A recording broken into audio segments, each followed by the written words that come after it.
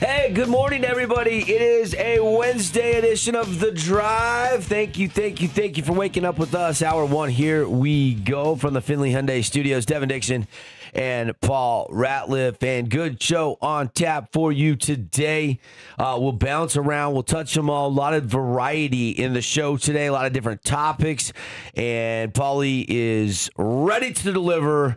As always, Paulie always gets us in with a little, was that copaesthetic? It was Bound for the Floor. Oh, that's the name of the song. Local H. Yeah, Local H. Yeah, always has a way to get me fired up here as we're halfway through the work week. And let's go. Let's absolutely get going here. Not a lot of big stories, but I wanted to start with this, Paulie. The Miami Heat PR team or somebody inside the organization down there in South Beach might have made a little boo-boo. Yeah. I mean, we were talking about LeBron James yesterday, the Rich Paul, podcast he did with Kellerman. Everybody was talking about that. You were saying, does anybody even care like what LeBron does or when he decides and what's taking so long?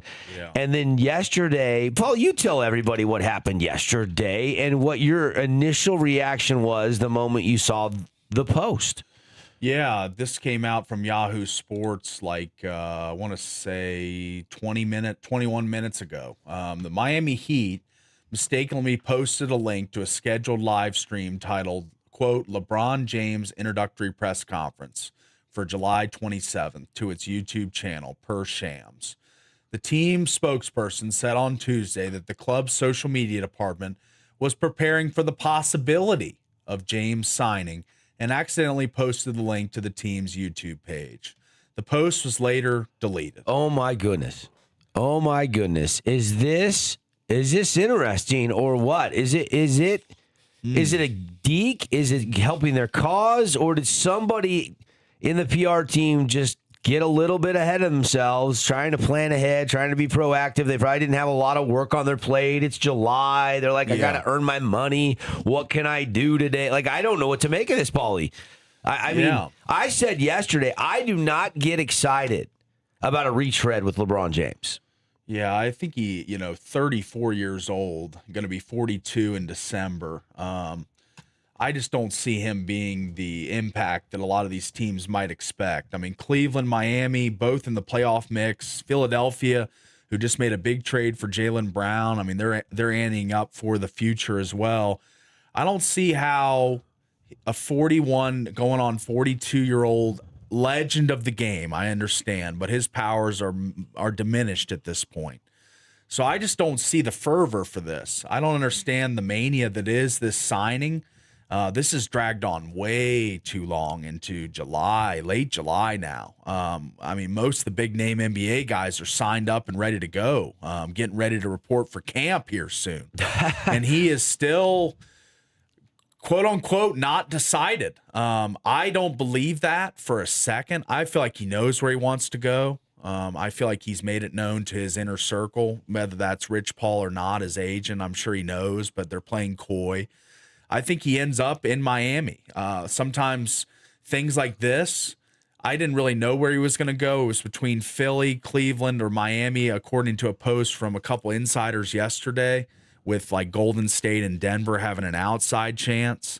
But I just don't really care at this point. I mean, he's dragged this out so long, made this a media circus for himself again.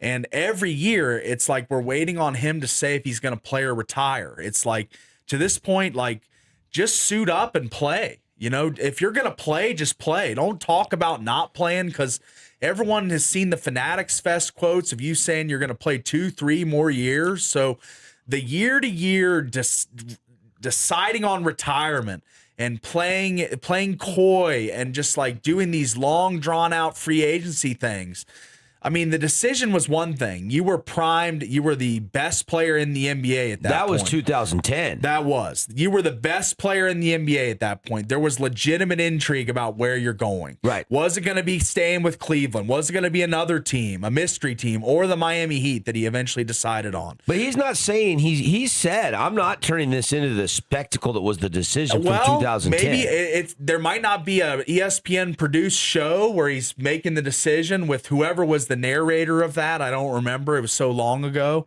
16 plus years ago. 16 years, yes. So in 16 years' time, from being the top player in the NBA to now, age is undefeated, my friend, in sports. I don't think there's been anybody. Maybe you could argue Tom Brady defied like the odds by playing late into his career and being successful. But LeBron hasn't been in the finals since what, the COVID year with the Lakers? Does that even count? Do we count that? A lot of people have debated that, but the thing that I am impressed with LeBron, and I'm not a big Bron guy. I'm still, when people ask me who the greatest basketball player of all time is, yes, there's Michael Jordan, a couple guys that are on the list that are very debatable. And LeBron is one of them, but it's still Jordan for me. Yeah, and Kobe 1B. LeBron's a top 5 player in the NBA history. 100%. I mean, at his age last year, he still did play 60 pretty good games. Numbers. Yeah, pretty good numbers. Almost 21 points a game. Yeah. Over 6 rebounds, over 7 assists. He played defense still, blocked shots. And look, the three-point shooting was only 31% last year, but he still shot almost 51.5% from two-point land. He played a durable 33.2 minutes per game on average. That's still really impressive numbers at LeBron's age. Oh yeah, I'm not saying he's not a good player, but he's not worthy of this theatrics and drawing this decision out this long. He's made 22 All-Star games, Paulie. Yeah. He's 41. He's won titles, multiple spots. Yeah. I don't get as excited as fans of Philly, Miami, Golden State, because I'm with you. I think this is a piece to the pie, the piece to the puzzle. He's not the alpha anymore. No. He's not the lead dog. No. He's not the key player on a championship team. And he is a piece now at this stage of his career. And Jaylen Brown, Joel Embiid, plug in LeBron James. Correct. Giannis Antetokounmpo, plug in LeBron James. Steph Curry, Draymond Green, plug in LeBron James, although that's unlikely. I mean, even Donnie Mitchell, he can have Cleveland, a nice little Robin to his Batman. But at this point, that's the crazy part about LeBron James, is he is Robin to all these stars Batman now. He used to be the Batman, trying to find stars to surround himself with. Dwayne Wade, Chris Bosh, whatever. Kyrie Irving, guys like that. So maybe this is a tougher decision than you think. He's trying to find He's got evaluating his best chance to win another title. Yeah, because he's clearly ring chasing. Look, he's not looking for a long-term rebuild. His next team is likely his last. So the roster fit matters probably in this decision more than money at this point, because LeBron's got plenty of money. It changes from day to day, week to week, month to month, year to year. We always heard that LeBron's final destination was L.A. He was going to get into the media stuff, the movie side of things, the TV shows. He was going to be a production guy in Hollywood. Like, that was going to be his second stream of revenue. But now he's out of there. So, that was supposed to be his final stop. I don't think those opportunities end just because he goes to a new city. It's better, though, if you're living in it, sure. I think. Absolutely. Probably. So I think that was the plan, to retire in La La Land, to have the great career in L.A. Yeah. But the Lakers want to know parts of him. That's the thing that should alarm everybody about this. That's what I've been screaming from the mountaintops. Yeah. Is that if the Lakers, who had him on their team, see him in practice every day, see him play games, see how he handles the media, all that stuff, and they said, nope, let's move forward with Luka and a bunch of different cast-offs. Well, like young Walker guys, Kessler. re-signing Austin Reeves, trade for Walker Kessler. Yes. We're building around Luka Doncic. Yeah, it's a totally different direction. Luka was very vocal that he wanted another big man in the middle, and the Lakers went out and found a way with him. Do you think this is a thing? Because I've heard this from DC guys, podcasts, radio shows in DC, that Ovi's minutes were greatly diminished last year, and he was crowing about it, complaining, like saying, I need to be on the ice more. I think LeBron James still has the ego of one of the greats, much like Ovi. They think they're better than they are at this point. They think their athleticism is still where it was years ago.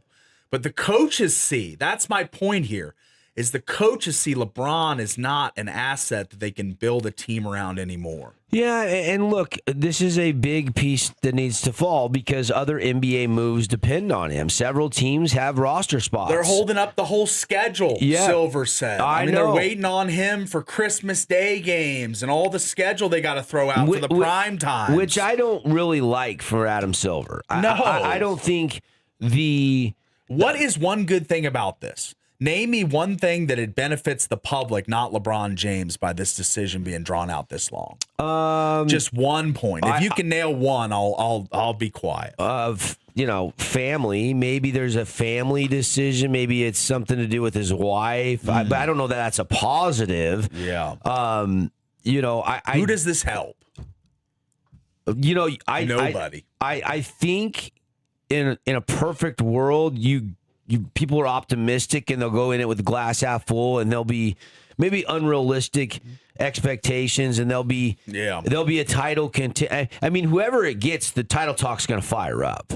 It's going to benefit the team that signs him. He is going to make his salary back in revenue, jersey sales, appearances. Yeah, up in ticket prices. You name it. LeBron has always moved the needle. Yes. He's good for the brand. He's good for the league. He's been, for the most part, a model citizen from as far as we can tell.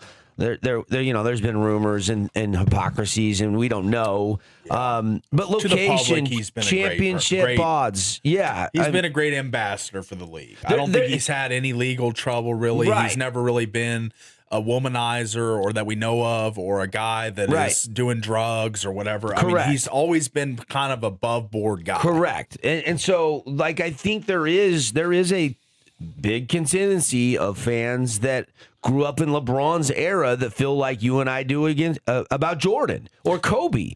Well, Jordan was at the end of. I'm 33 on Friday, so I'm going to be kind of somewhat entering my middle age almost. And I got to say, Michael Jordan was not really part of my era.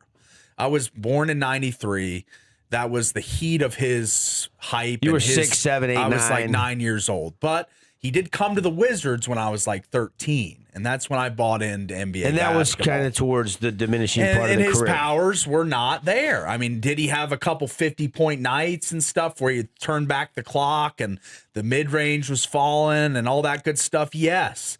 But he was very, very diminished form of Michael Jordan that we saw in the Bulls. And I'm not arguing that LeBron is that on whatever team he goes to. I think he is still a more functional player, an impactful player than Jordan was on the Wizards. I'm not comparing the two. Yeah. But I'm just saying that Jordan on the Wizards left a lot to be desired. And I think that LeBron and the expectations are still so high. Like, I think that the expectations for whatever team he goes to, the teams are expecting an all-NBA type third-team all-NBA player like he was just a couple years ago. I will say this about LeBron James. Even though I don't have him as the so-called proclaimed GOAT. Yeah. He's a 4-time NBA champion. He's a 4-time MVP. He's the NBA's all-time leading scorer. And I will say, I do believe he is the most versatile all-around greatest player of all time. Like, Kareem can't do things that LeBron can't do. Yeah. LeBron is kind of a mix between Bill Russell, Magic Johnson, Michael Jordan, and Larry Bird, all wrapped into one. Or pick a Tim Duncan, or he's not a Shaquille O'Neal. Certainly, he's not a John Stockton. Yeah. But when you look at Kobe Bryant and Kevin Durant, Oscar Robertson, all these great players that have come through, the current great players like Steph Curry, he definitely has a very compelling case, and his stats prove that he still has gas left in the tank. But for a 20-point scorer last year to get the contract that he's going to get and hold the whole league hostage, yeah. what is you have to make a decision fairly quick because we're starting to get a little bit impatient, Paulie. Yeah. We're starting to feel like this is, I mean, kind of you're big time in the NBA. You're big time in the suitors. Yeah. You know, you can't sit around and make them want you. And Rich Paul said as much yesterday. It's like, hey, you've done enough. We've heard the stories. We've heard the case. We've heard, the opportunity. You've sold us on the vision of this city or that location. And now it's just up to LeBron to decide. So hurry up and decide because he is going to start getting more scrutiny the longer this takes. And I think there should be an argument about whether LeBron James is still a two-way player at this point in his career. Was just I know he's played defense before. He's been a defensive player earlier on in his career, 08, 09, 9, 10, 11, 10, 11, 11, 12, 12, 13, all those times he was first team All-NBA defense. But since 2014, when he was a second team All-NBA defensive player, it's been 12 years since he was on one of those teams. Sure. So to compare him to Michael Jordan, who a lot of people do, and I don't want to make this a big Michael Jordan LeBron debate, but Jordan was selected to the all defensive team 9 times. And from 87 all the way to 1998, he was on all defensive NBA teams. So that told me that Michael Jordan's defensive intensity never really stopped. He was the NBA Defensive Player of the Year in 1987, and in 1998, he a full 10 years later was still on the first team all defense. So for me, I just question, does LeBron desire to still play the full court? Does he want to just score and pick up stats to keep compiling and be the greatest of all time? I know he's already amassed the points record, but he's going to amass more and more records and fall inside the top 10s of more and more categories. Is that all he wants now? And a ring. I mean, I understand he wants to win another championship like every NBA player does. But what more does he have to accomplish except compiling and maybe having a long shot chance at an NBA championship? Yeah. That's all I see, but that's my take. Again, this whole topic comes about because the Heat say the link for LeBron James' presser was posted by mistake, basically. Right. Inadvertently, just getting prepared. Preparing for the possibility of the signing and accidentally posted the link to the team's YouTube page is what the PR team has said. Yeah, I mean, it's 5 days away. So if he's making the decision today, can we get it? Can we get confirmation? So this, I hate when people are saying, speed things up if he really is going to Miami. Maybe cat's out of the bag, maybe, but I don't know. He could pivot if he truly isn't decided like you believe and others believe. I mean, he could pivot. He could definitely just switch teams. Like he's still weighing the options according to Rich Paul. So we'll see. Yeah. According to Shams, the spokesperson for the Heat said Miami was just preparing. The social media department was just preparing for the possibility of the signing and mistakenly posted the link to the team's YouTube page. The post has been deleted. He's an unrestricted free agent for the first time since 2018.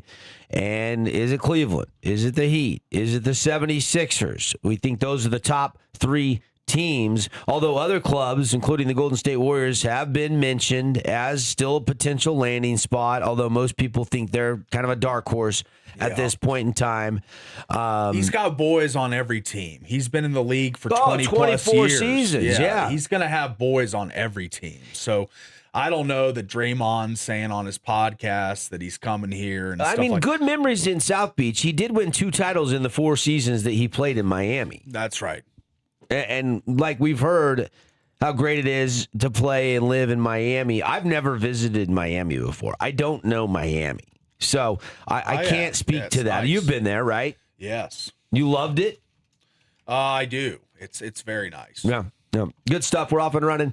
We will wait on LeBron. Can we hold off on LeBron? Can we have no more stories leak? Can we just get through... I'm just going to wait till July 27th. Yeah, can we get to July 27th without speculation? It is the dog days of sports in summer. There is not a lot of compelling content. A lot of people are starting to turn the page to football. Yeah. And in some ways, maybe this is giving the NBA some continuous coverage and staying in the spotlight where most people's minds are starting to, read college football preview magazines and start hunting for their first-round draft pick in their fantasy football league or whatever the case might be. Mm-hmm. And maybe this is LeBron saying, keep the attention on me, because that's what I feel like you're saying, Paul. You're saying, LeBron, you're making this about you. What are the perks to the story? There is none. How much does he move the needle at his age? The decision, I think, was a big thing. I mean, it had a ton of viewers. He donated all the money from the decision production to charity, I believe. So that was cool. But I always had kind of a beef with that too, because it was just making it all about him. It was just making it all about LeBron James. And I know there's people that care. There's LeBron sycophants out there that have every jersey from every team he's ever played for. I've seen videos of these fans that they wear all the jerseys and they pull them off one by one all the way to his high school jersey. I mean, I know he's got fanatical supporters, and those people care to the very end until he finally makes a decision. But I think about 90% of the population in the United States probably doesn't care that much about where he goes. Love it. Got to take a break. But we will keep you posted if we get any more accidental YouTube links posted during the show. Lots to get to. Back in a flash. It is The Drive. Paulie and I getting fired up on a Wednesday edition. Don't touch that dial.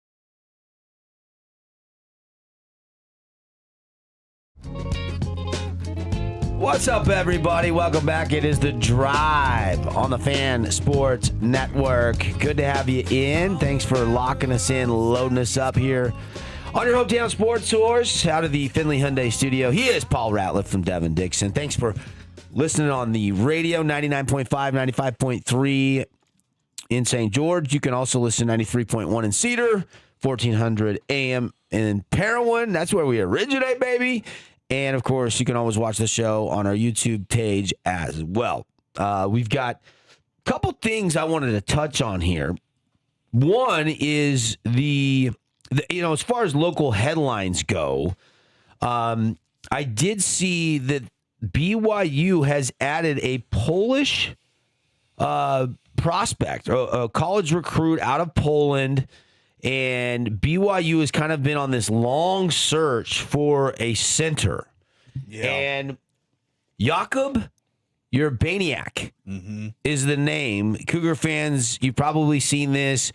Ute fans, you're maybe hearing this for the first time. Basketball fans, I root for in-state good basketball. I want 2-3 teams out of the Beehive State to make March Madness, Paul. I feel like you're the same way. We want relevant teams come March in college basketball into April.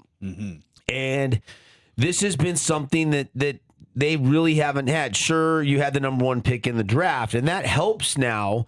There was a guy, Jonathan Givoni, who's from Draft Express. Yep. He is the one that was the first to report this. And the big man from Poland is 6'9". Yeah. But the thing that is a little different about him is he's 23 years old already. He'll fit right in at BYU with all the RMs. That's right. Yeah. The 23-year-old averaged 7.7 points and 4.7 rebounds per game while playing in the Euro Cup. Yeah. So, I don't know. I mean, I don't know what you're going to get from this guy. It looks as if he's going to get major minutes because of the lack of big guys on BYU's roster right now. I worry that he might become another Abdullah Ahmed, though. If you remember him from last year, the G League guy that came to BYU, there was big expectations. He ended the season with 1.3 points, 2.6 rebounds, and 0.4 assists. So, I mean, will he be another Ahmed? I don't know, but the last big guy they pulled in late in the recruiting cycle was Ahmed. He really was a big bust for him last year. But not saying this guy will be, but he could be, because we just don't know much about him. Never played in the States, always been in Poland, but in the Euro Cup. Yeah, so. I have not seen highlights on him. I'm doing a quick search to watch some highlights here on the fly, but 23 stands out to me. Playing for Poland.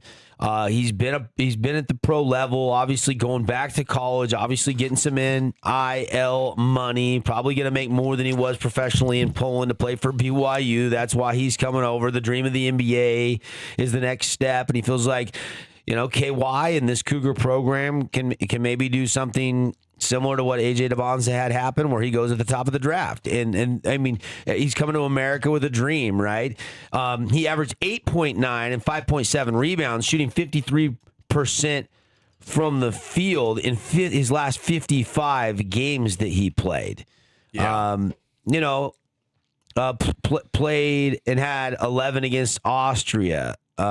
Internationally, he's played some talented player. He's played older players, more mature guys that, have missed out on the league. They're playing, overseas, trying to still keep the dream of making a career out of playing basketball alive. And now he's young enough. He's like, let me go to college. Let me see what I can do in the NCAA and improve my draft stock.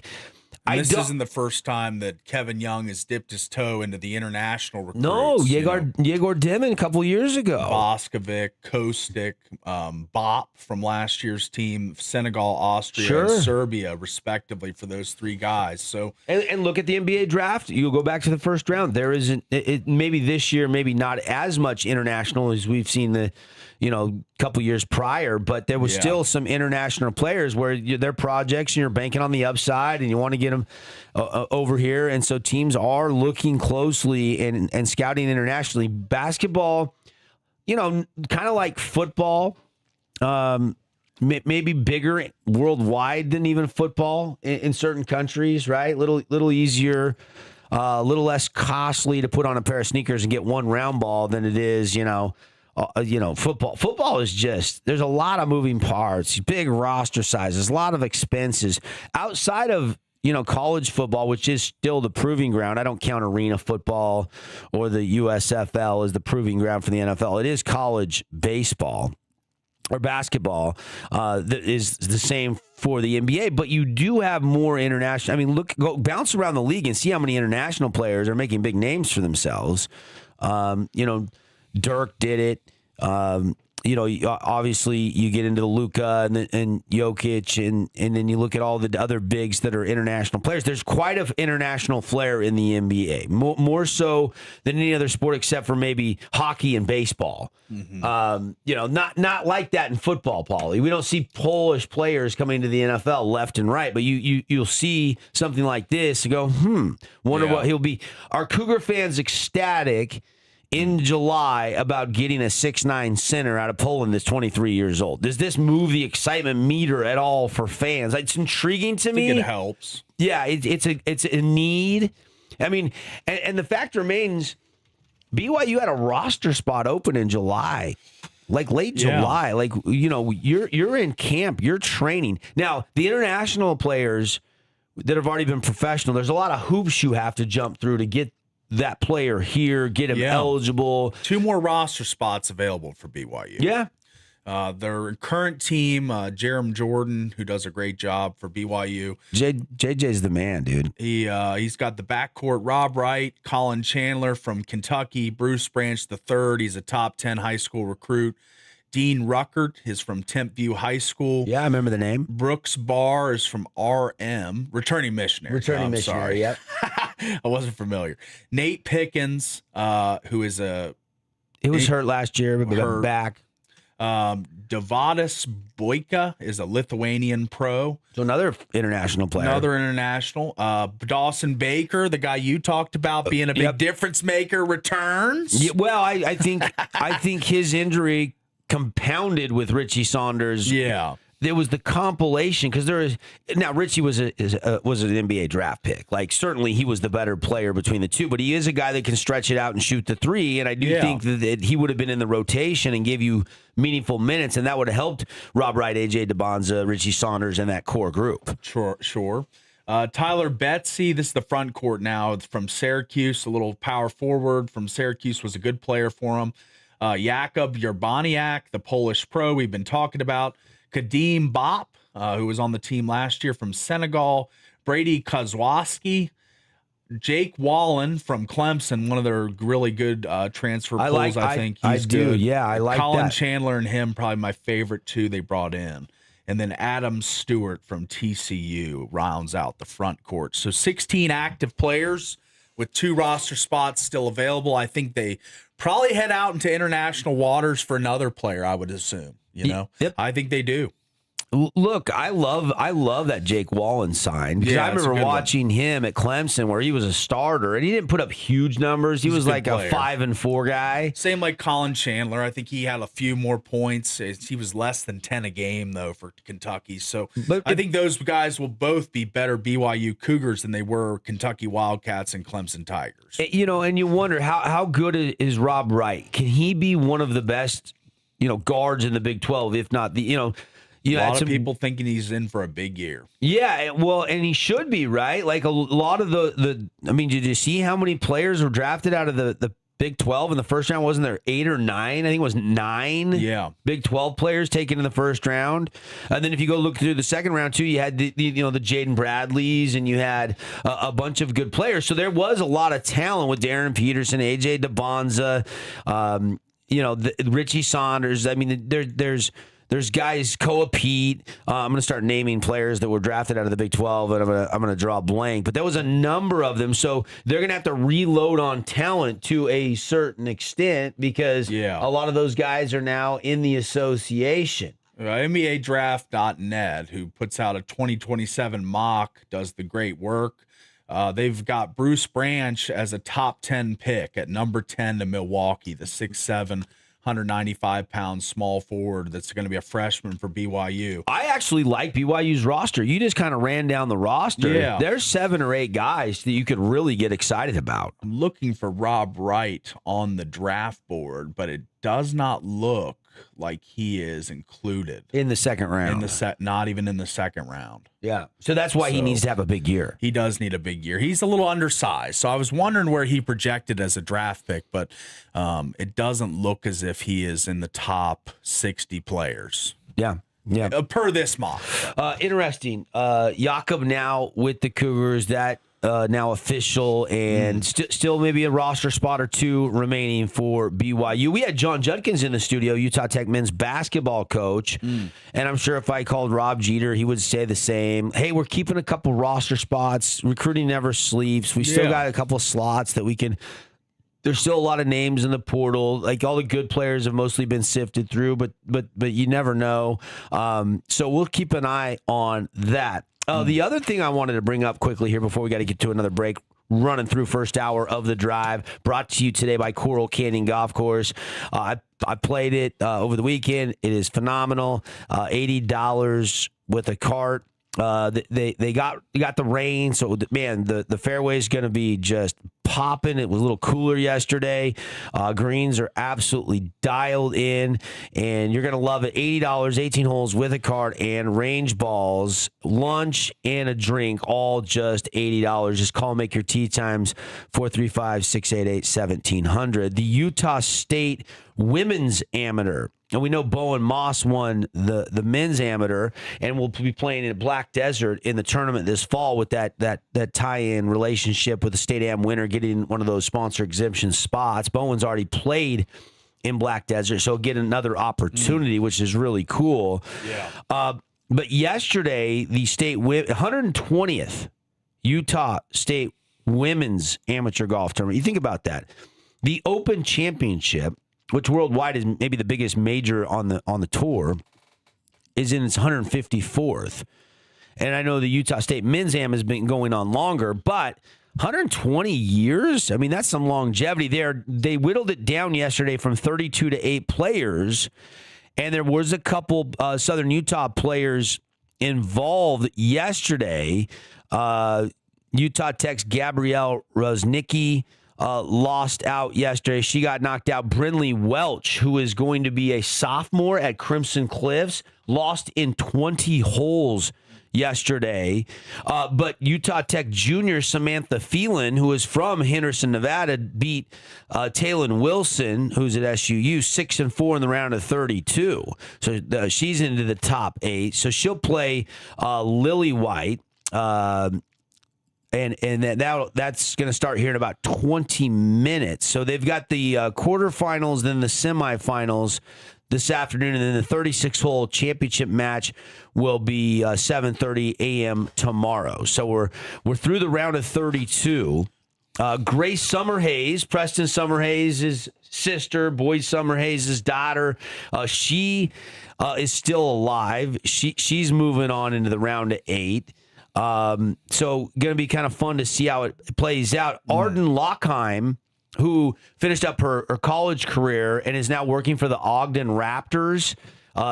David Locke's daughter, who's the play-by-play announcer for the Utah Jazz. She was the defending champ. She lost to the 13 seed, Adley Nelson. So the defending champ got knocked out yesterday. So it kind of feels like Grace Summerhays and Kelsey Chugg are probably the 2 favorites left standing. But what a run for Crimson Cliffs young sophomore Brinley Welch, who ended up getting the 7 seed, got upset in 20 holes, but a really good showing for a young up-and-coming star. We talk about Kate Walker and her commitment. And what she does to move the needle in Southern Utah girls golf. Her young teammate is the next big thing, and that's Brinley Welch.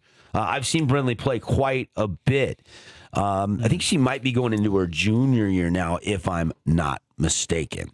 All right, we are rolling through first hour of the drive. We'll take a break. We'll be right back. Don't touch the dial.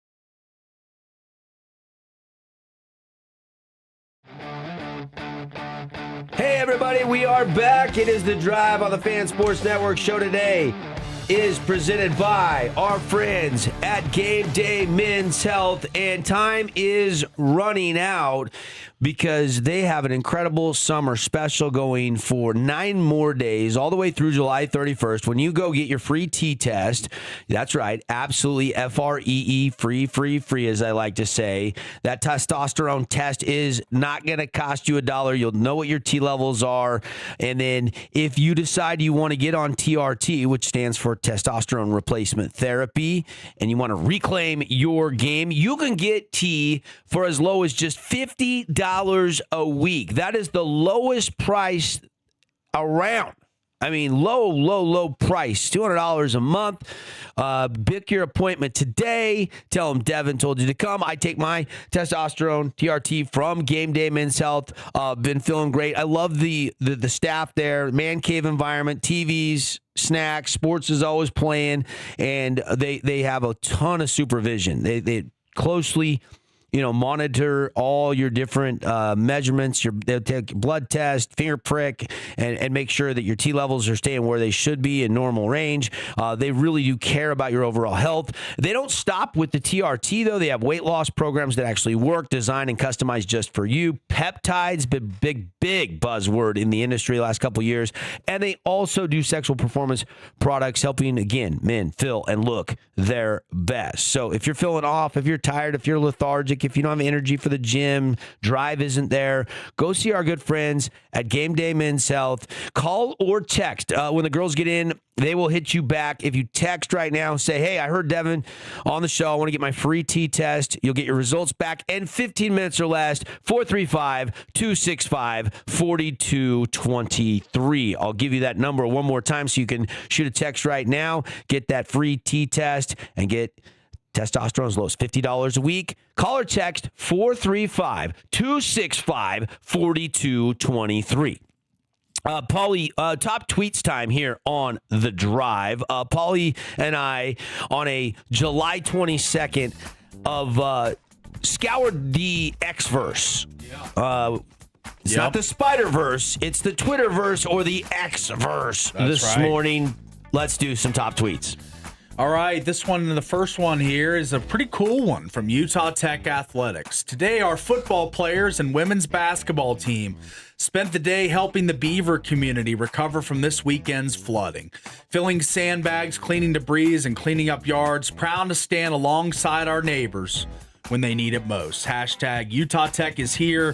Hashtag Big Sky Football. Hashtag Big Sky Women's Basketball. I love it.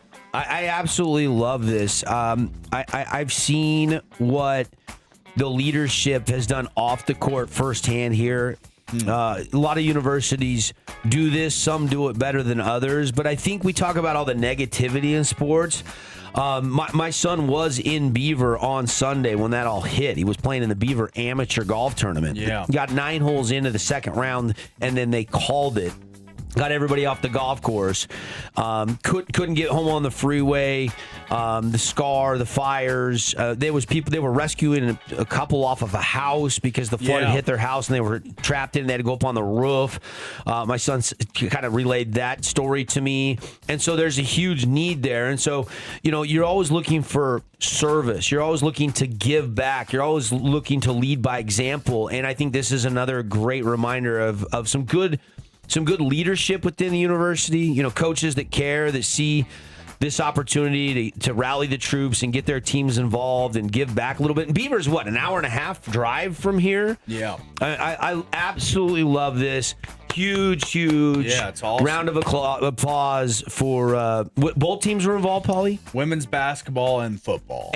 And look, you've got a brand new head coach. Yeah. That's setting the bar. He's building the culture. He hasn't even been on the job 2 months, Paulie, since we were at the introductory press conference. And you're putting together a roster that needed overhauled, and you're building a staff, and you're taking time to rally your girls and get up there to Beaver and help with the cleanup. Yeah. I absolutely love that. We're off to a good start here with top tweets. So that's going to be tough to top, Paulie, as they say. Yeah, that'll be a tough one to beat. As awesome stuff. That's such a positive tweet. I needed that today, Paulie. That's right. That's why it let us off. All right, let's go to the next one here from the Field of 68, which is Jeff Goodman's podcast. Yes. Here's Goodman's Hoops preseason Big 12 rankings. Who's too high? Who's too low?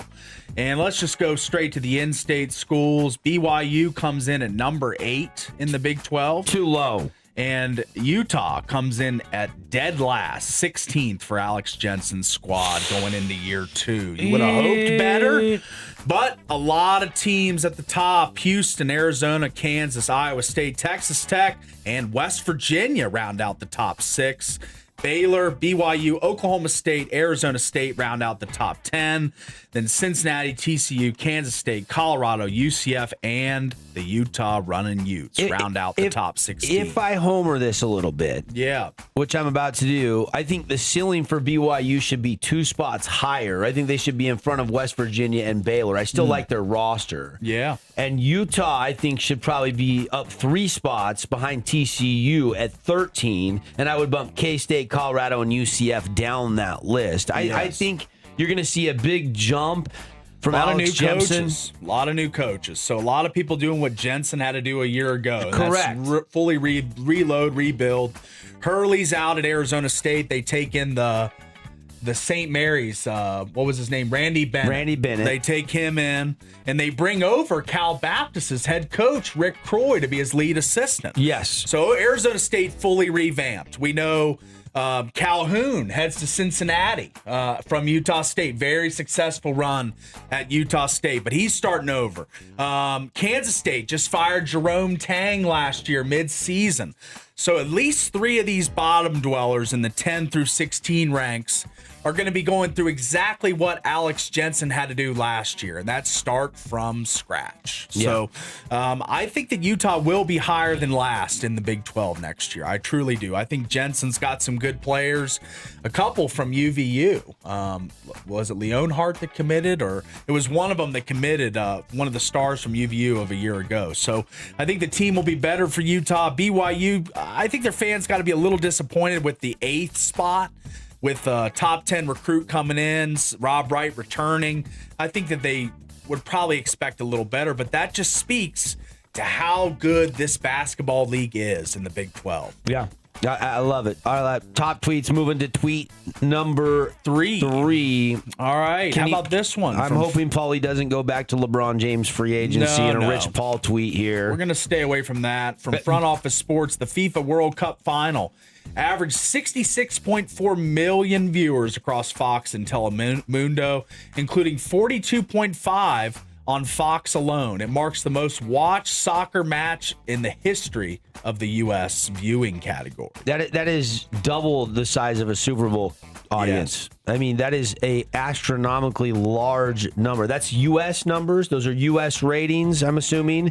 Yes. And those are absolutely mammoth ratings for soccer. And it was a boring game. Argentina got like 7 cards. Yeah. I hated how the game ended with like bad sportsmanship period from Argentina. There's probably going to be some repercussions there because they acted like they didn't know how to lose with dignity and shake the other team's hand. Did you see all that, Paulie, where they turned their backs when they were awarding the championship?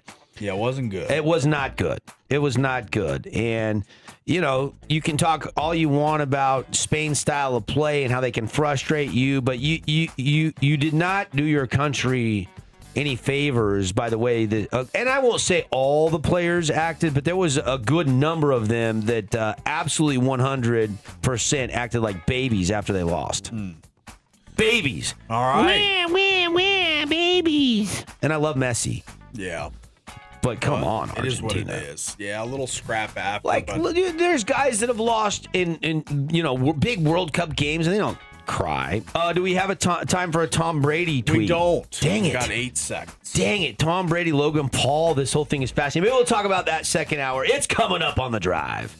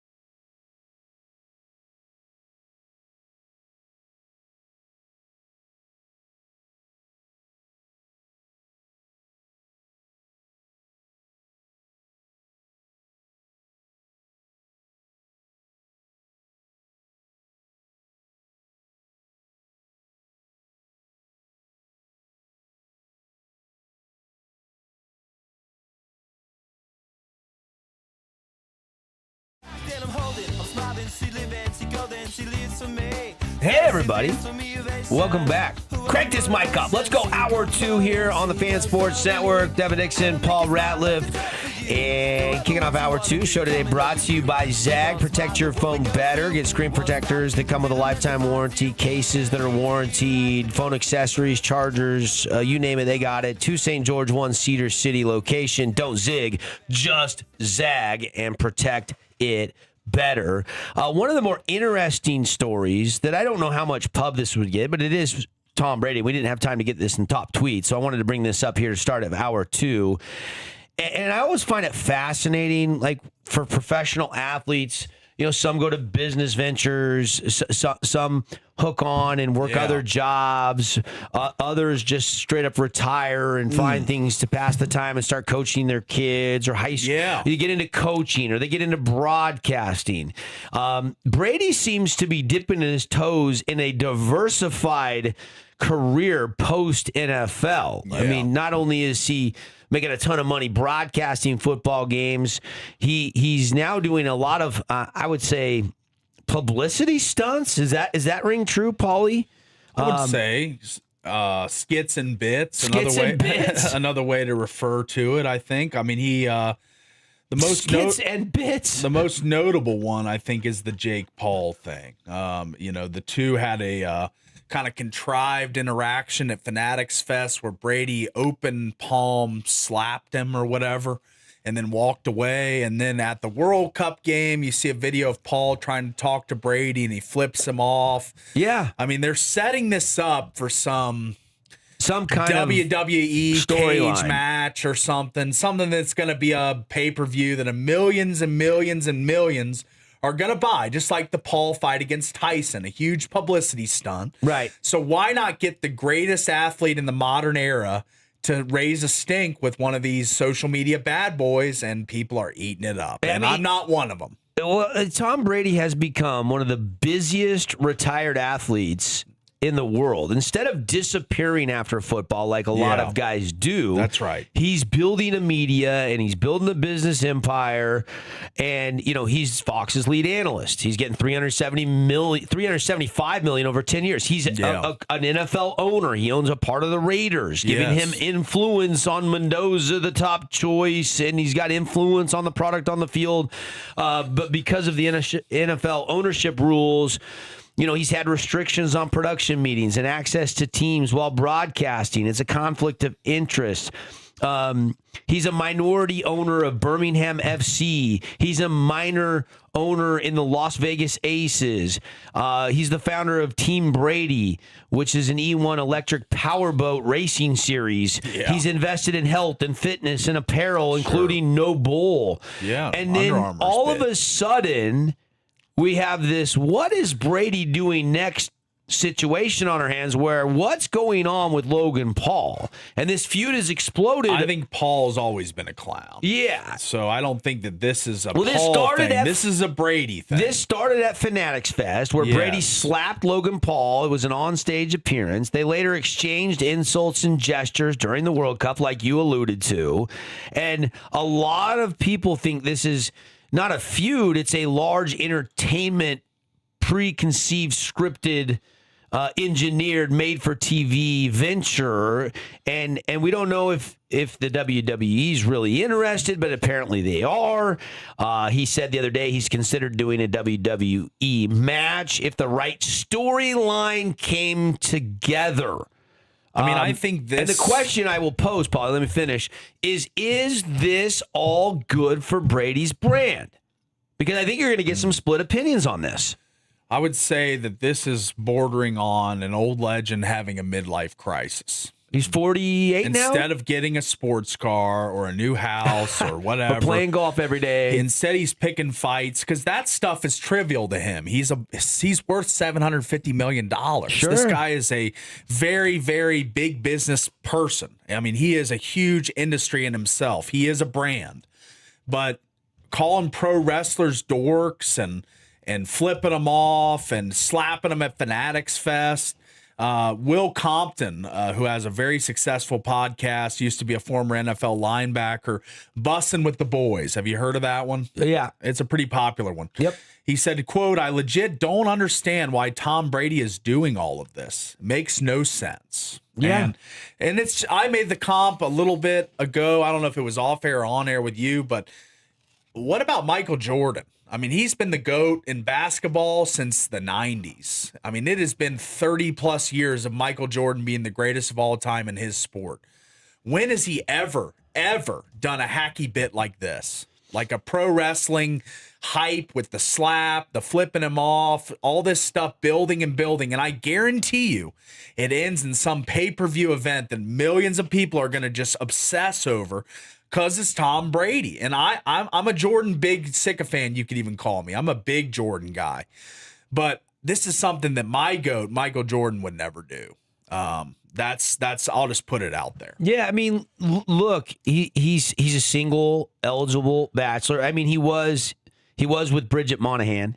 He was married to Giselle, the supermodel, for, I don't know, 12 or 13 years, right? They have a couple children, couple kids together. Yeah. I think him and Bridget have Jack, one son together. As of this year, he was seen at the Super Bowl and New Year's parties with Alex Earl, but she's moved on reportedly. Yeah. And supposedly now Yale Cohen is the new romance speculation. Yeah. I don't care about the personal life, but I care about the brand because Brady's brand is big. He's like the biggest. I will not watch a storytelling, pre-scripted, meaningless match with Paul and Brady. Don't care one bit, and that feels like what we're headed for. Doesn't it feel like that? And it's fine when McAfee does it. He does a lot of WWE bits. He goes to SmackDown. Yeah, and but Raw. he's got that That's personality. kind of his thing. And he's a punter. He's a character. Kicker. He's a kicker. Yeah. I mean, this was never, ever, ever the greatest of all time at quarterback, the most important position on the field. So, like, for me, this article encapsulates it very well. Publicity stunts are hurting Tom Brady's brand. And the writer is, I was reading this before the show, Michael McCarthy. He does a great job for Front Office Sports. And he ends the article with this. As a sports media fan, I'd rather Brady focus on his analyst work at Fox rather than feud with wrestlers. Yes, he's made huge improvements in his second season in the Fox booth. But he's still second best behind Fox number 2 analyst and Greg Olson. Well, Greg Olson is clearly much better. And he got 100%. supplanted. He got supplanted because of Brady's name.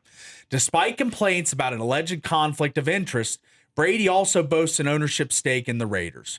What more can a guy want? I don't know. Come back to us, Tom, even if it means seeing you less. Yeah. Yeah, I mean, I think there comes a point in time where he's the GOAT. Yes. He's a public fixture. He's a superstar. All these things. He's a multiple champ. Like, I mean, Michael Jordan faded into relative anonymity. Michael Jordan would rather play golf with the fellas at his private course and not have to sign autographs than go get in the ring and fake fight Mike Tyson. That's right. I mean, and I think that's endearing. I think that keeps the Jordan brand elite. Everybody wants the Jordan brand. I mean, even when he's spotted at racetracks as a car owner of Denny Hamlin, co-owner with him, Bubba Wallace is probably his top driver, Tyler Reddick, his other top driver, having sensational years. You'll get an interview with Jordan here and there because he does own the NASCAR team, and there comes a little bit of responsibility. Yeah. That's the only time I ever see Michael Jordan, period. That's right. Is on a NASCAR circuit. And a lot of people probably listening right now are like, I haven't seen Jordan on NASCAR. I don't watch NASCAR. So he's kind of hidden. The Jordan brand has a valuation of over $10 billion. Oh my gosh, they huge. generated $7.3 billion in revenue in 2025, and he just he sits gets a on huge that. chunk of that. He's getting what, 5% of that, 10% royalty of that since the 80s. Yes. Yeah, he was smart in his early very negotiations. Smart. I mean, what is 5% of 10 billion? 250 million roughly annually is what he gets from the Nike 5% deal. That's huge money. He's now worth approximately $4.3 billion. Michael Jordan. Yeah. Yeah, what is Brady worth in comparison? I said 750. I heard that somewhere, but let me make a check. Yeah, you don't really know how many behind the scenes deals they got unless you had access to the bank account. We really don't know what. And guys like this have, their money spread around all over the world. And I always go to Celebrity Net Worth. That's my go-to source. And it is $350 million, about half of what I said. So Jordan, quiet, behind the scenes, brand is bigger than ever. He's worth over $4 billion. Yes. And Brady's worth $350 million. But yet he's everywhere. We can't hide from the 48-year-old right now. Yes. Yeah, I'm kind of feeling your take on this. You're if this continues, you think it will diminish the legacy a little bit? I think so. I mean, does he want to be? I don't think it'll kill the legacy ever. On the field, people still remember all the championships, the prolific seasons, the Randy Moss year when they had that amazing connection between him and Randy. I mean, I feel like he is still on a pedestal. He's still on his throne as the greatest of all time. And look, we've seen athletes go broke. We've seen them with addictions. We've seen them degenerates. We've seen collapses of our athletes. They put so much of their energy and time and efforts into honing their skills and being the best at their trait and getting that skill set to try to be competing at the highest of all high levels in whatever sport. Yeah. And then they don't know what to do themselves. And a lot of guys end up being a train wreck after they retire from the National Football League or the NBA, and they were already probably spiraling a little bit during the latter stages of their career. Yeah. Tom Brady, we should probably be praising him to a certain extent because he's continuing to be out there. He's got a lot of different ventures. He's involved in a lot of different things. You need something as an outlet to put your time and energy into. And yet I feel like he's getting criticized because it's almost too much right now. And when is too much enough? And when is enough too much?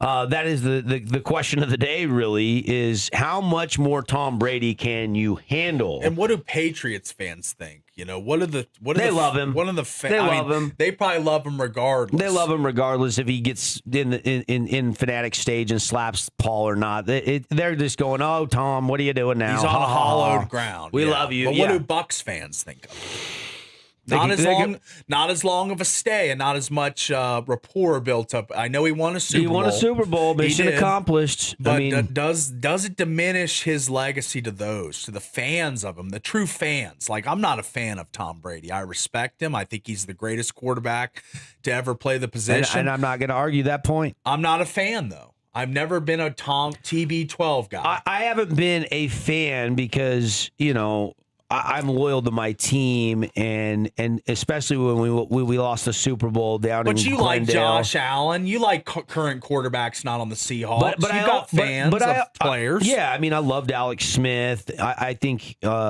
I did never love Tom Brady, but I never hated Tom Brady. Okay, and some people hate him vehemently. Yeah, well, with greatness, you're going to have both sides of it. You're going to have as many fans as anybody, but you're also have as many haters. Look at LeBron. A lot of LeBron haters out there. Yeah. And I've never really fully grasped that because of what he's meant to the sport and the longevity. I've always thought, even though I'm not a LeBron fan, good for the game. Obviously, one of the greatest to ever do it. But how many haters does Jordan have? I feel like he's one that kind of transcends that. Yeah, there's probably not many. A lot of Jordan haters. I mean, the LeBron fans hate him, I know. I think that's because he stays behind the scenes. Yeah, and that's because neutral. They picked a side. I don't think it's a true... I mean, hate is a very strong word. Well, LeBron fans want LeBron to be the greatest of all time. And that's their biggest plight in the argument, is they want LeBron to take Jordan's throne as the greatest player. Who is the greatest of all time? Michael Jordan in the NBA. And where do you rank LeBron? Like 3 or 4. Okay. And where do you rank Tom Brady?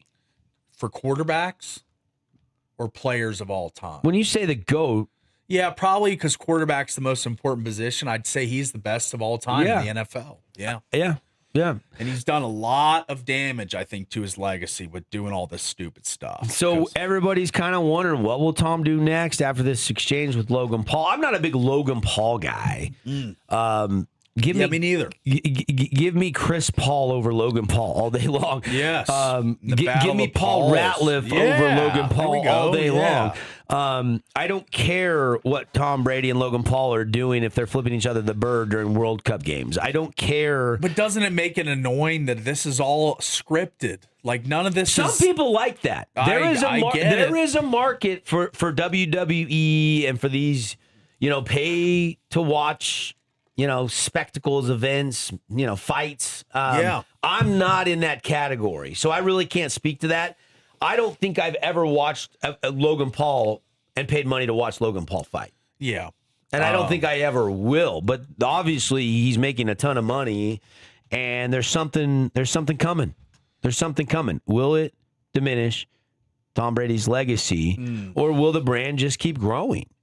It's going to be really interesting to see over the next 10 years how much more we hear and talk about Tom Brady. I don't think he's going to be swept under the rug and go away quietly at any point like Jordan did. No, I don't think so. Because being as how he's the lead analyst for Fox, you're going to hear his voice for the next 10 years. So he's not going anywhere. But I agree with McCarthy, the writer of that article on Front Office Sports, it's kind of a disservice to the American viewer that Brady has taken the top color spot, because Greg Olsen is worlds better. Every time Greg Olsen is doing a Seattle Seahawks game, I go, oh, Greg's doing the game. I'm so stoked. His knowledge, his behind. Now, he did play for Carolina, and he had a stint in Seattle, so I'm a big Greg Olsen fan, so this might be a little bit of a biased opinion.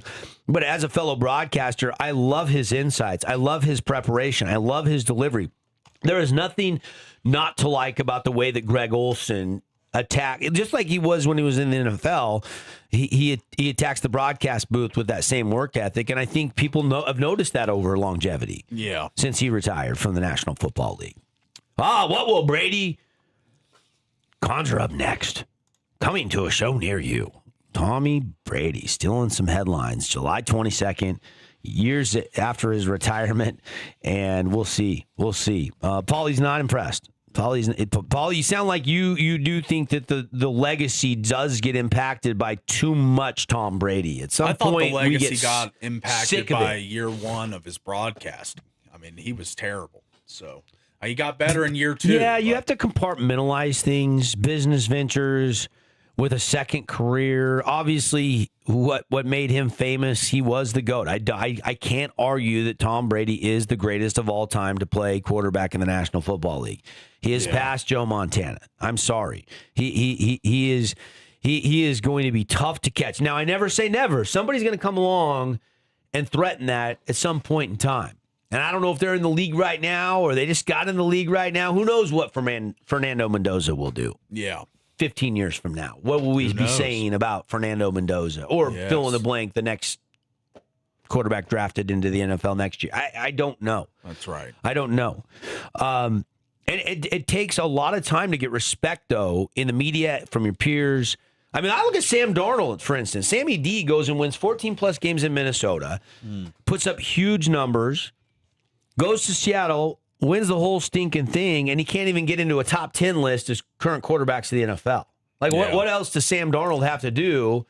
And yet Brady can kind of do whatever he wants and slap and flip, and it's like people still love him. I'm kind of with you on this one. Like, I don't need to wake up and see Tom Brady in the news cycle to be impressed with what he did on the field, but I can get fatigue. You can get viewers or listening fatigue if he gets too much more of this fluff, as I like to call it. Yeah. He's doing a lot of fluff stuff right now. Sure.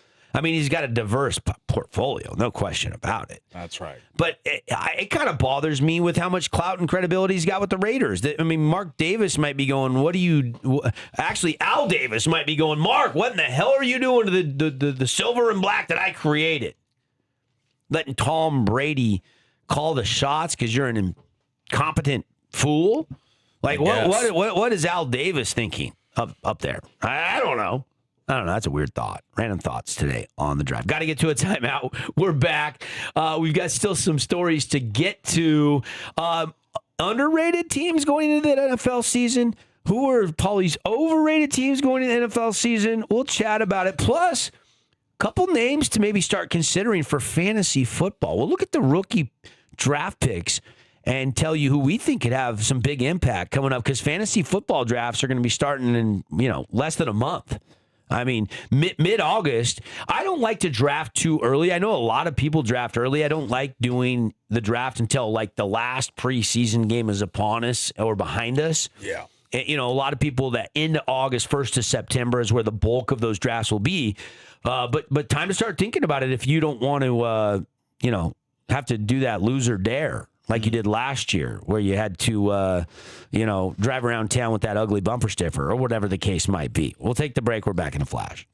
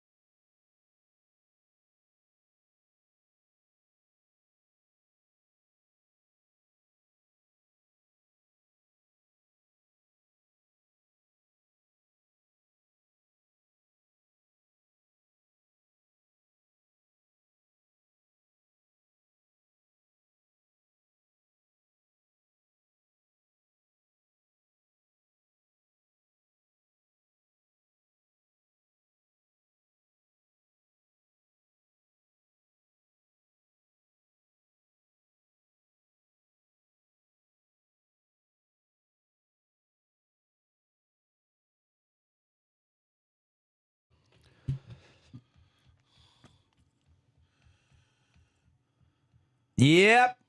We are back, baby. It is the Finley Hyundai Studios on a Wednesday, getting you today to the Hump Day Wednesday, halfway through the work week, and love our sponsors. We've got our friends at Prime IV, Game Day Men's Health, Coral Canyon, Zag, of course, Finley Hyundai. We've got some great sponsors, and we love having you wake up with us on the app, on the live stream, on YouTube, or on the radio or website.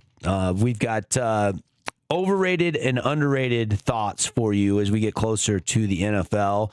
And then we'll talk about some of the first-year players that could have a big impact in the league this year, maybe some fantasy implications, and then some second-year guys that could really be bursting onto the scene. Paulie, you look at some of the playoff teams, and every year there's a playoff team or two that doesn't make the playoffs the next year. And those become kind of the old underrated teams or the overrated teams, because you look at teams that didn't make the playoffs last year and you're kind of projecting who can make the playoffs this year and be underrated. And I think with a healthy Joe Burrow, one of the teams that has to be a little bit underrated right now is the Cincinnati Bengals. I mean, they still have so much talent. They've made some upgrades, see how much better off they will be. But, man, it's hard to argue with Jamar Chase and T. Higgins and Joe Burrow. But they have to go prove it. What do you think of the Cincinnati Bengals being an underrated team this year, kind of flying under the radar? Yeah. High octane offense, of course. But or are they overrated and they're going to do nothing? Like, this is a team I feel like you could argue either side of the equation on. Yeah, I think that the health of Burrow is obviously very important because he's had a lot of season-ending injuries in his short career. I want to say his rookie year, he missed more than half the season. I'm trying to find how many career-ending injuries or season-ending injuries he's had. But I feel like the health of Joe Burrow is paramount for the Cincinnati Bengals to be able to have any success, because Flacco stepped in last year and then you knew they were out of the playoffs. So for me, I don't see the Bengals being good enough on defense. They're going to need heroic efforts offensively every week. So yeah, I would say they're overrated. Yeah. They play in a tough division, Steelers, Ravens in that same division. So I don't see the Bengals breaking through this year. I think they missed the playoffs again, and they're an overrated team. Really? Yes. See, so you disagree with me on that take? Okay. I mean, 31st ranked defense. So you have that.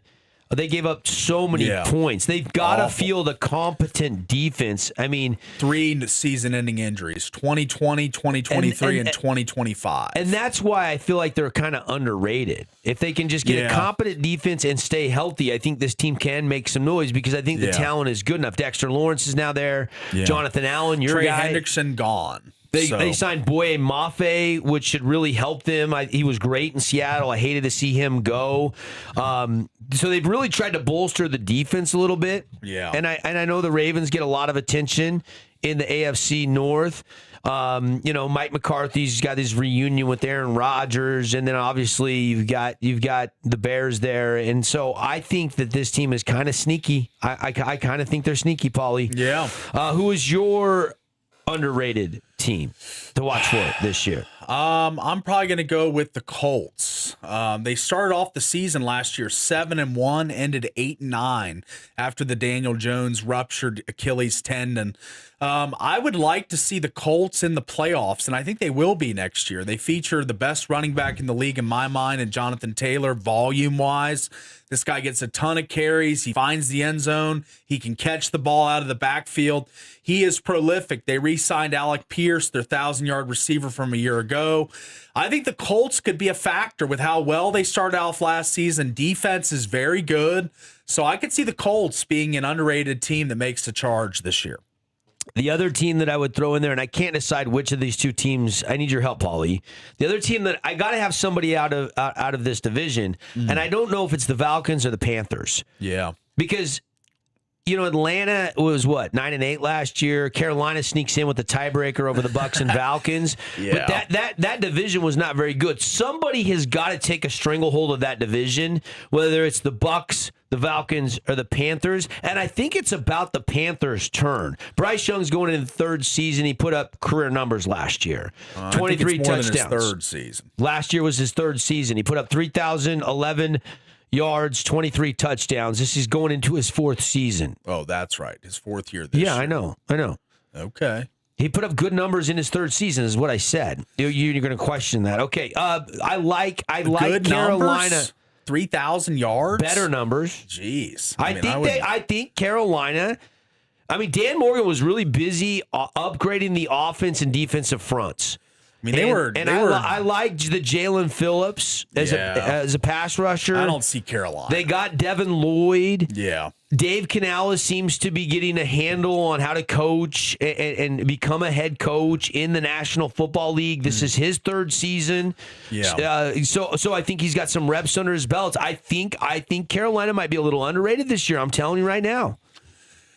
I'm out on Carolina. I think they luck boxed their way into the playoffs last year. The division was terrible, but they still got in. They were debating whether to even pick up the fifth-year option for Bryce Young. They played the Rams really tough. They weren't even decided on the number one pick until they made the playoffs, I think. He probably would have been. They wouldn't have picked up that option if he didn't make the playoffs. I mean, this is a 49 touchdown, 30 interception career quarterback. That is a terrible ratio. You doing the math in your head? It's not good. No, I'm listening. Okay. I'm listening to you poo-poo everything I say today, and I didn't know you were done. So I'm just waiting patiently. I was waiting for your quip back. I'm waiting for you to tell me who your next team is, so that I can rip a hole in it. Because you can rip a hole in any team in the NFL if you want to. Well, I mean, when you're weak at and not Give great. me a team. Right. Who's your underrated team? The Colts and Daniel Jones coming off an injury that got ousted out of the Giants camp. Like, come on, I can poke holes in that all day. Yeah, I like the quarterback situation. Is your goal today just to poo-poo on everything? Maybe. But because give me another underrated team. You didn't like mine. We'll go in that same division and stick with the Saints. As Goodness. It showed nice in his first year. He had a 4-0 December. I could see them with There's no healthy Chris sizzle about the Olave. Saints. There's nothing sexy about this team. Re-upped Alvin Kamara, who's had going to have a resurgent year. I think Travis Etienne includes the backfield as well. So he's I like old. the Saints' weapons more than the Panthers personally. So Oh my gosh! and especially the quarterback. I'm not sold even in year 4 on Bryce Young. You don't even know what Jordan Tyson's going to do. You don't know how good Travis Etienne will be, and you don't even know what the reps will be like. And you're all over Alvin Kamara because he was a fantasy star 10 years ago. He should be good this year. Oh my gosh! Re-upped, paid, happy. I think he'll be ready to go. Oh my gosh! Kellen Moore, give me some more. Come on, dude. The Saints were dead last in the division last year. Now they're ready to go. Are you saying they're a playoff team? They'll be better than the Panthers. Bet?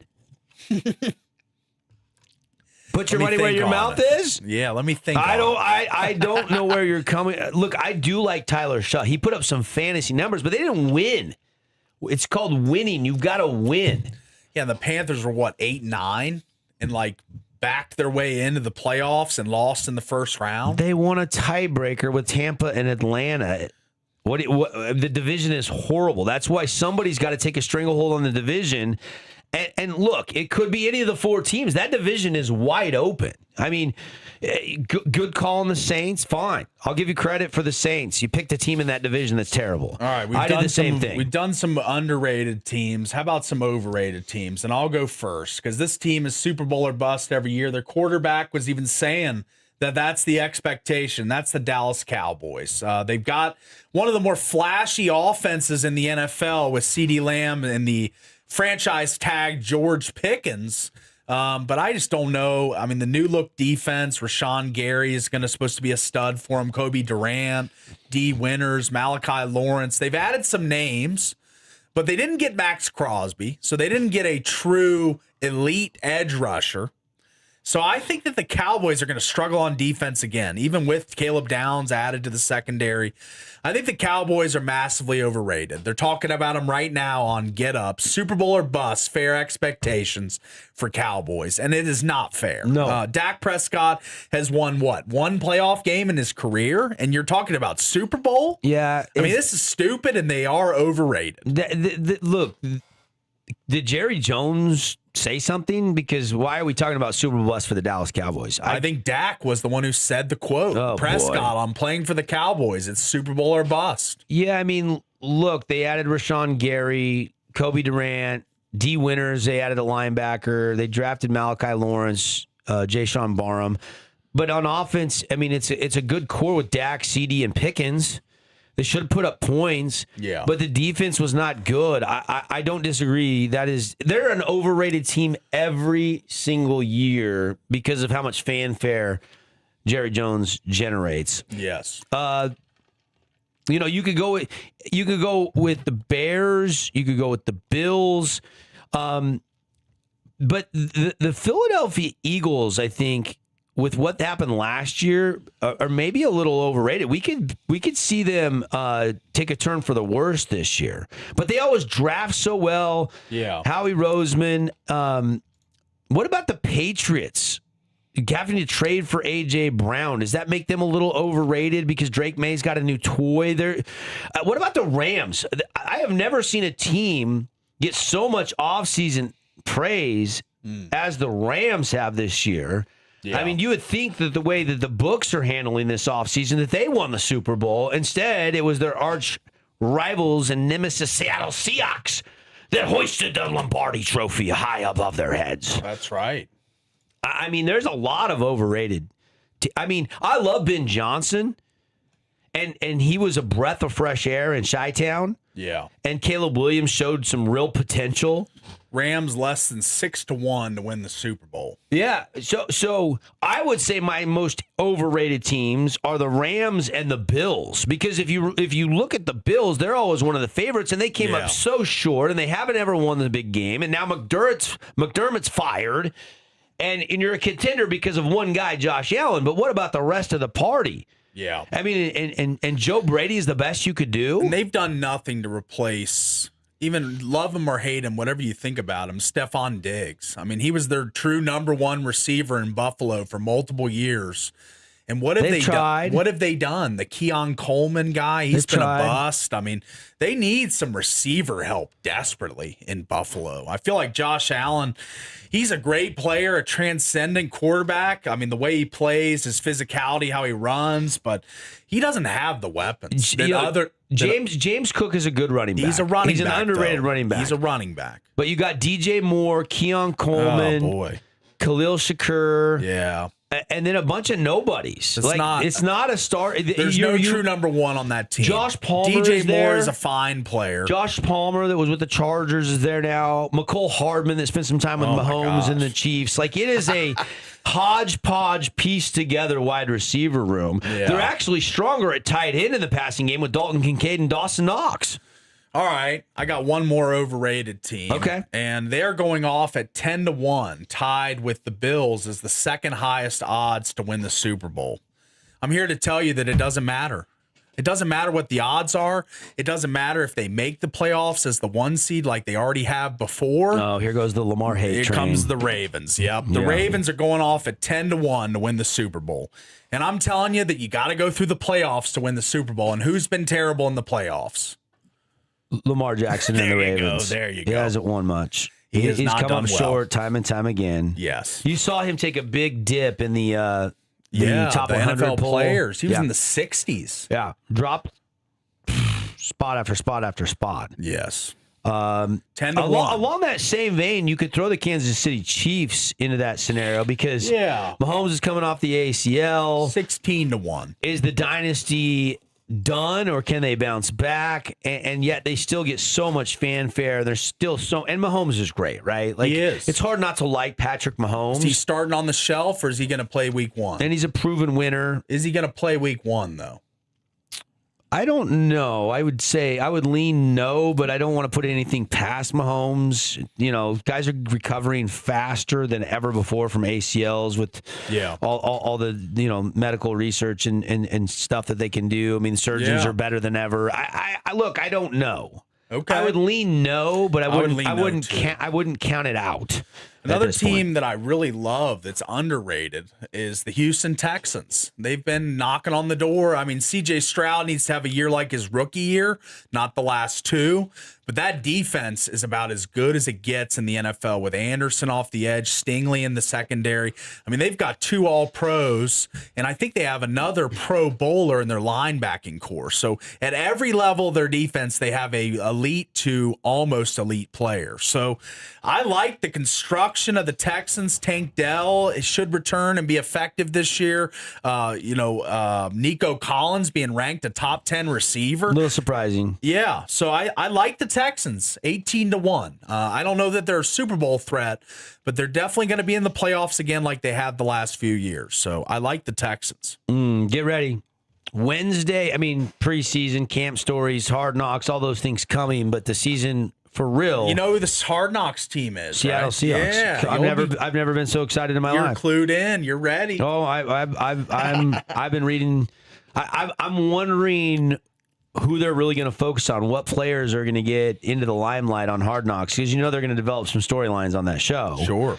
And it's you're the going same script every year. It's a guy near the end of the roster that's trying to make the team, and a couple stars, a couple featurettes on some specific guys. We kick off the NFL season for real. First regular season game, rematch of the Super Bowl, New England at Seattle. It's a Wednesday night, September the 9th, post-Labor Day at Lumen Field in Seattle, Washington. And then the next night you get San Francisco versus the Rams on Netflix. And then you don't have games Friday, Saturday, and then you got the full slate Sunday with some very good matchups. Your underrated New Orleans Saints at Panay Sewell and the Fighting Lions of Detroit. Yeah. I'm intrigued by the New York Football Giants, Sunday Night Football hosting division rival Dallas Cowboys. Yeah, that's Washington and Philadelphia. Yeah, that's the America's Game of the Week on Fox. Green Bay, Minnesota, week 1. Buffalo's at Houston. There's some good ones. And then the Monday night game, how about Denver at Kansas City out in Arrowhead? Solid. The week 1 schedule is juicy, Paulie. Yes. Juicy. All right, we'll take a break. A couple of rookies to keep an eye on, some sophomores that could break out, and then we'll get you ready for the day in sports. We're back after a quick message from our great local partners.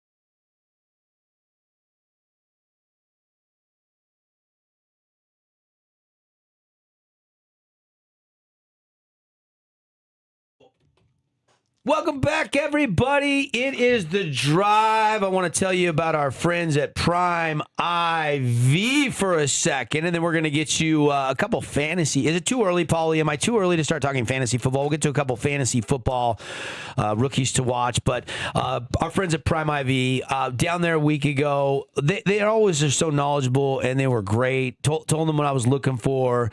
Man, it's such a boost. You have got to take advantage, and you've got to go try it. If you've never been to Prime IV, it's hot out. It's a little muggy. It's overcast today. It's July in the Jeezy. You need to cool off. You need to recharge, and you need to feel your best and look your best. And that's where Prime IV Hydration and Wellness comes in. And for a limited time, they've got the Beat the Heat special. And this is the perfect opportunity for you to go in there and see what I've been talking about for years. You can get an IV treatment and a vitamin injection for $99. That is it. And you can sit back in the zero gravity massage chairs. They give you complimentary oxygen therapy. Perfect way to spend a day and then look and feel your best. So get on over there to Prime IV. Book your appointment today. You can check out the website. You can give them a call, or you can stop on by on Riverside Drive. It's primevstg.com. And tell them Devin Dixon told you to stop on by as well. $99. Beat the Heat. Paulie's going to go in for that one. Yeah. Yeah. We've got fantasy football on our minds. This is about the time of the year where I really start to look at fantasy football, and I go back to the rookie ladder, and I'm looking at, because there's some steals. There's going to be some impact players that are rookies that are going to have fantasy implications. And Paulie, do you have your sights set on any rookies? Like, everybody's in love with love. Yeah. Right? Rightly so. Yeah. Should be the workhorse. Yeah. Well, okay. But what about price? Yeah. I think they're two different players. Yeah. One is a Saquon, Ezekiel Elliott style draft pick in the top 5, and the other is a late round, first round pick. Sure. So sure, but will be a starter to start the year. He'll be the starter, but he's not going to be as impactful as Jeremiah Love. So James Conner is just obsolete. He just doesn't touch the ball ever again. When you draft a guy number 4 in the draft, you're going to play him. You're going to fresh run legs. Him. You're going to run him. But you're going to tell me that he's going to get every carry in Arizona? I'm not buying it. Not every carry, but I don't think Price will get every carry either. Yeah, well, with no Kenneth Walker, no Zach Charbonnet, I think he's going to DJ Dallas or something. It's interesting, DJ Dallas. It's interesting that Love goes late first round, stays at Notre Dame. I got a lot of respect for Price because he stayed at Notre Dame when they brought Love in. Love's getting all the attention. He's the 4 pick overall.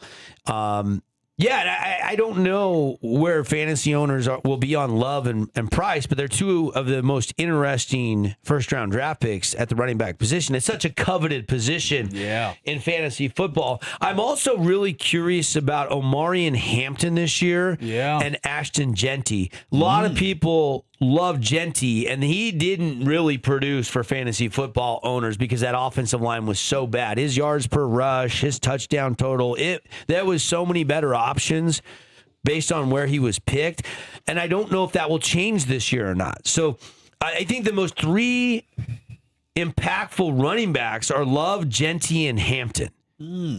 Those 3 guys really intrigue me, and I don't know. I think they're going to be overpriced. I think there's value elsewhere at the running back position. Yeah. And then everybody's looking at Mekhi Lemon and Jordan Tyson and Carnell Tate. Carnell Tate's in Tennessee. Jordan Tyson's in New Orleans. Mekhi Lemon is now in Philadelphia, and A.J. Brown's gone. Yes. I don't know that Hurts all of a sudden just starts whipping it to Lemon every play. Of those 3 guys, which would you be more inclined to draft earlier in fantasy football? Tate, Tyson, or Lemon?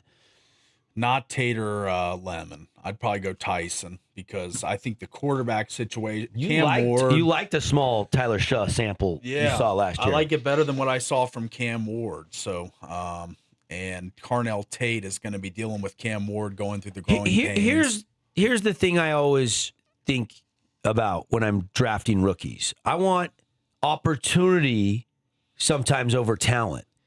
I want the best fit, the most touches, the more opportunity over the talent. And I actually like that.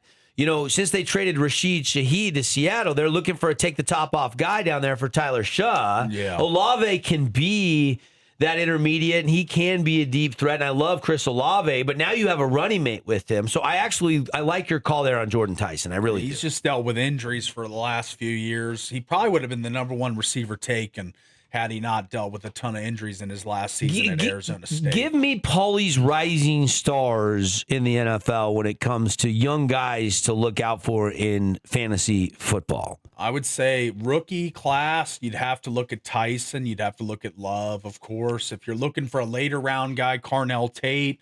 And then not talked about a ton is for Fernando Mendoza.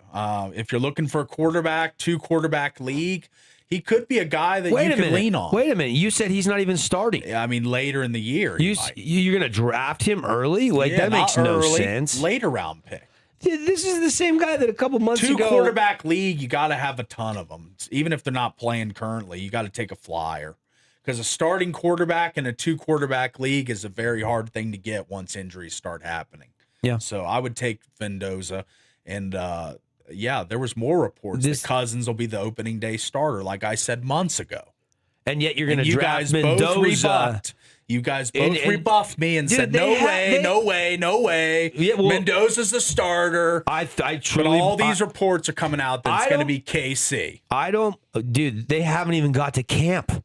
Yeah. The Raiders report this weekend. They haven't even started training camp. That's right. You were calling this 2 months ago. You have no clue how that battle battle is going to play out. It's called forecasting. I think long term, Kirk Cousins on the cheap, brought in to be a mentor of Fernando Mendoza. My stance has not changed. He is not. If he starts a few games, they'll turn over the reins when Mendoza is ready some point during the season, probably earlier than later. Unless Cousins absolutely goes out and wins this first 8 games of the season. And we know hell will freeze over before that would happen in Las Vegas with the Raiders. Correct. But Ian Rappaport reported the Raiders are planning to have Kirk Cousins be their starter for the entire season. He's got experience in the league. Why didn't you think about this months ago? Why did you draft a quarterback number 1 and then bring in a free agent Kirk Cousins? This is such a Raider thing to do. This now is that so it's not working out Raider-esque. the way you want, you're saying it's a Raider thing What to has do. Mark Davis ever done that's worked out for him? The Raiders have been the laughing stock of the National Football League for years. Yeah. Years. I get it.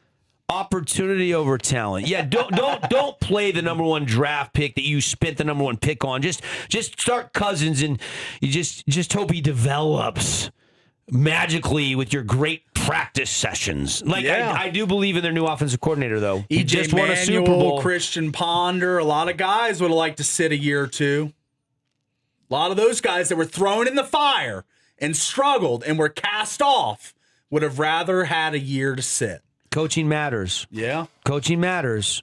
Ask Caleb Williams if coaching matters. 1 year to the next. That. Ask him if coaching matters. Like that. You have a competent coach.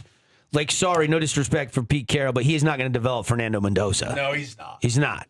We're running out of time. I know, and you're firing me up. More NFL talk coming. Hey, thanks to our great show sponsors. Thanks for loading us up. You guys have a great Wednesday. Paulie will have the show tomorrow, and then the first part of next week. I'll see you in a week. Have a good one.